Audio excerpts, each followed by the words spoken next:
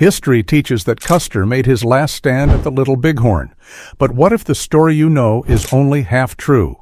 One cavalryman, Sergeant Daniel Kanipe, lived through it all, and his account doesn't just question the official version, it turns it upside down.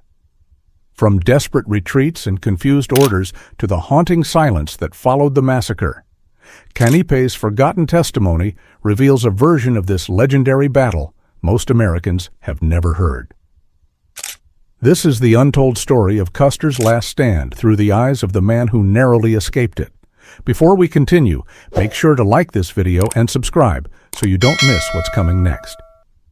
As smoke rose over the Little Bighorn, one man turned his horse away from the sound of gunfire, unaware that every friend he'd ever ridden beside was about to die. Sergeant Daniel Kanipe didn't just survive Custer's last stand. He carried the final words of a doomed commander, and what he revealed afterward still leaves historians shaken to this day. Our ill-fated march began on May 17, 1876, heading toward the Yellowstone River. After 12 miles, we set up camp by the Big Heart River, pausing to scout the area.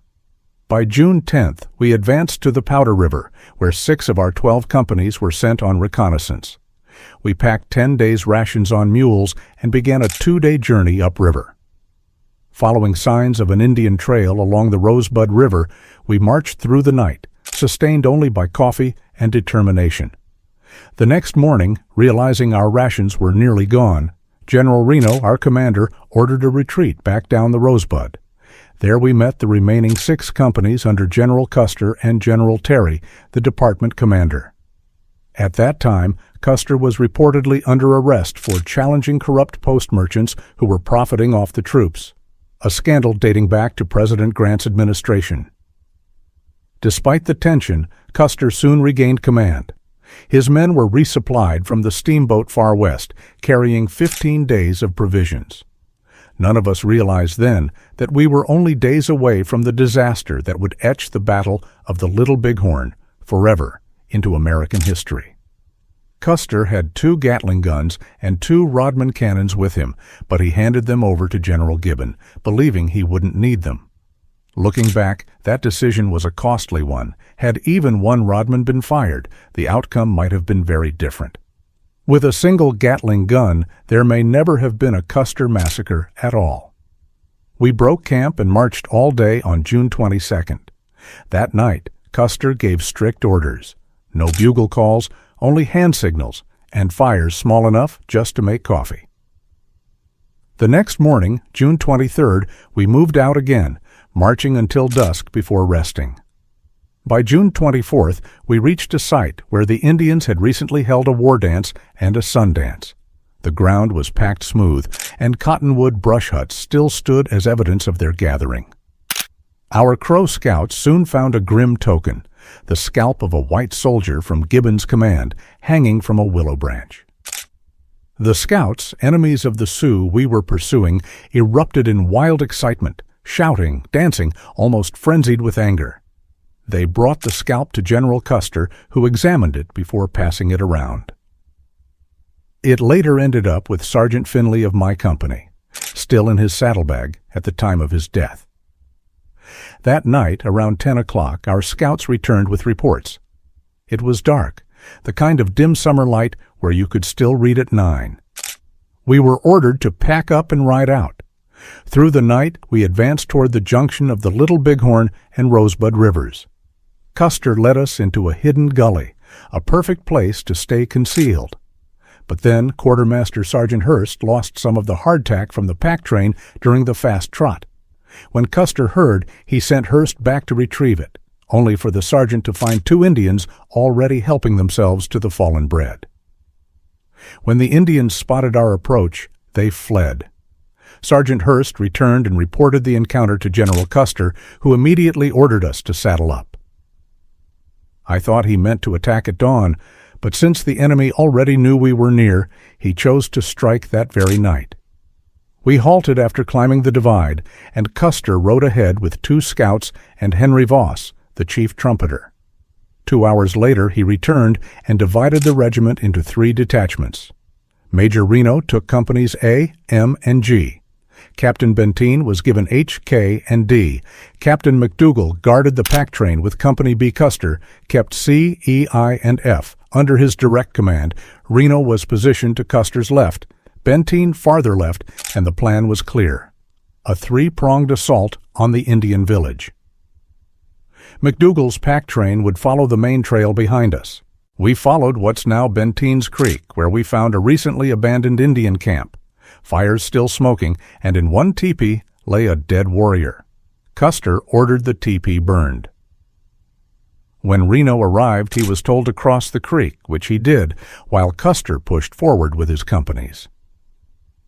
As we neared the junction of Benteen's Creek and the Little Bighorn, I spotted Indians watching from the bluffs.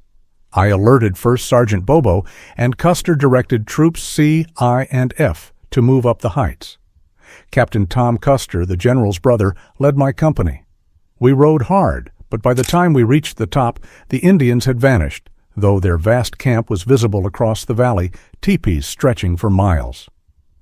Some Crow scouts tried sneaking down to steal ponies, but gunfire drove them back. Bloody Knife, Curly, and Chief Scout Mitch Booyer stayed with us on the bluffs as we prepared to strike. The men grew restless, shouting when they finally saw the camp below. I was beside Captain Tom Custer and Sergeant Finkel, who shouted that he was near his breaking point. None of us could have known how close we were to the battle that would soon claim almost every man there. Sergeant Finkel's horse was struggling. I called out, "Finkel, if you can, come on!" But he fell behind. Just then, Captain Tom Custer ordered me to find Captain McDougal and the pack train and deliver urgent instructions from General Custer. "Tell McDougal to move the packs to the high ground," he said. "If they come loose, don't stop to fix them. Cut them free and move fast." "There's a large Indian camp ahead," I rode off immediately. What I thought was bad luck, being sent away, turned out to save my life. If Finkel hadn't fallen back, he would have gotten the order instead, and I might not be here to tell this story. In the distance, I saw dust rising from the pack train like a faint cloud. As my company charged down toward the Indian village, I headed the other way. Custer's final words still echo in my mind. We were all riding hard when he called out, "Hold your horses, boys. There's plenty down there for all of us." After relaying the message to McDougal, I rode to Captain Benteen as ordered. By then, Major Reno was retreating from the valley, with McDougal's men climbing the bluffs to reinforce him. Behind them, chaos, Indians shouting, gunfire cracking, and men falling under a storm of arrows and bullets. Before we could reach them, warriors were already scalping the fallen. Dr. DeWolf was killed just as he reached the crest. A few more steps, and he might have survived. As I followed Benteen back, I spotted riders closing in. I raised my weapon, ready to fire, but they turned out to be terrified scouts fleeing the main fight, racing all the way to the Powder River. I rejoined Benteen's battalion at the ridge, linking up with Reno and McDougal's forces. We couldn't rejoin Custer's men. The Indians had cut us off completely. When Reno tried advancing down the bluffs, the warriors swarmed us, forcing a retreat and the formation of skirmish lines. We lost many good men before we could pull back. The Indians surrounded us, firing constantly until nightfall. Then, as dawn broke on June 26th, they came again, their war cries echoing through the valley as the second day of hell began. I couldn't say how many we killed, but it was a lot. Still, the price was terrible. 68 of our men lay wounded, and we were completely cut off from water. It was heartbreaking to hear their cries for a single drink we couldn't bring them.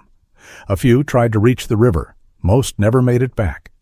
I'll never forget the first shot fired in that 2-day siege. It struck the ground near me and zipped right under my horse's belly. Lieutenants Harrington and Sturgis, along with 14 soldiers, were never found. Some said the Indians took their heads and dragged them through camp during their night-long celebrations. On the hilltop, we lost 56 men. The firing on the 26th raged from morning till dusk. By evening, we could see the Indian camp beginning to move, women packing belongings while warriors still fired at us. When dawn broke on June 27th, the valley was silent. The Indians were gone. We brewed coffee, fetched water, and tended to the wounded as best we could. Around 10 o'clock, General Gibbon and General Terry arrived. We cheered when we saw them, and Terry, overcome with emotion, broke down in tears.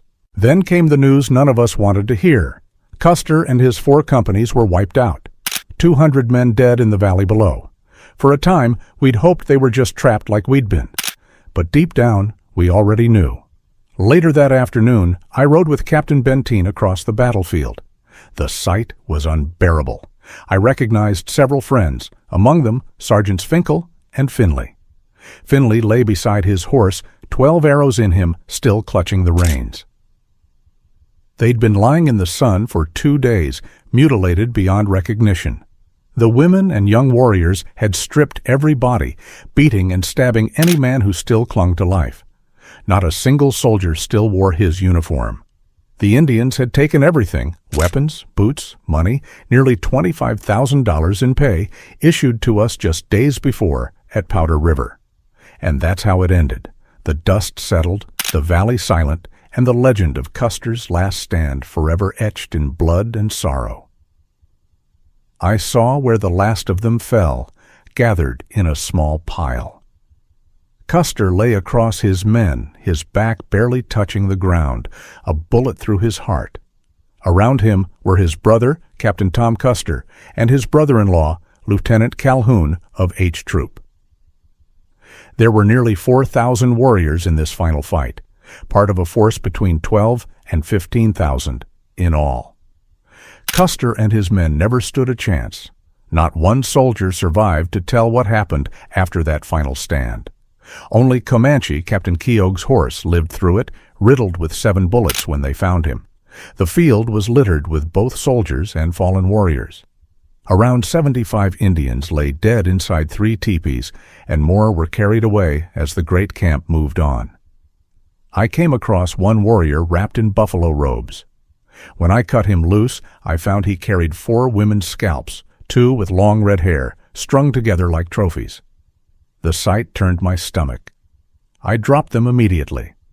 After the fighting stopped, we buried our dead and began the painful work of moving the wounded to the Far West steamboat.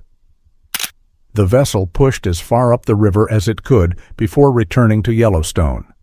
Most of the injured somehow recovered, even Comanche, the only survivor of Custer's command. Headquarters later ordered that Comanche be given a stall for life. He became a living memorial, cared for by a soldier of the 7th Cavalry Band, draped in black during parades, a silent symbol of what happened on that bloody day. When it was all over, the Sioux and Cheyenne simply took down their camp and moved on, victorious and unchallenged. We were too broken to pursue. Their victory was complete. And that's how the Battle of the Little Bighorn ended, not in glory, but in silence.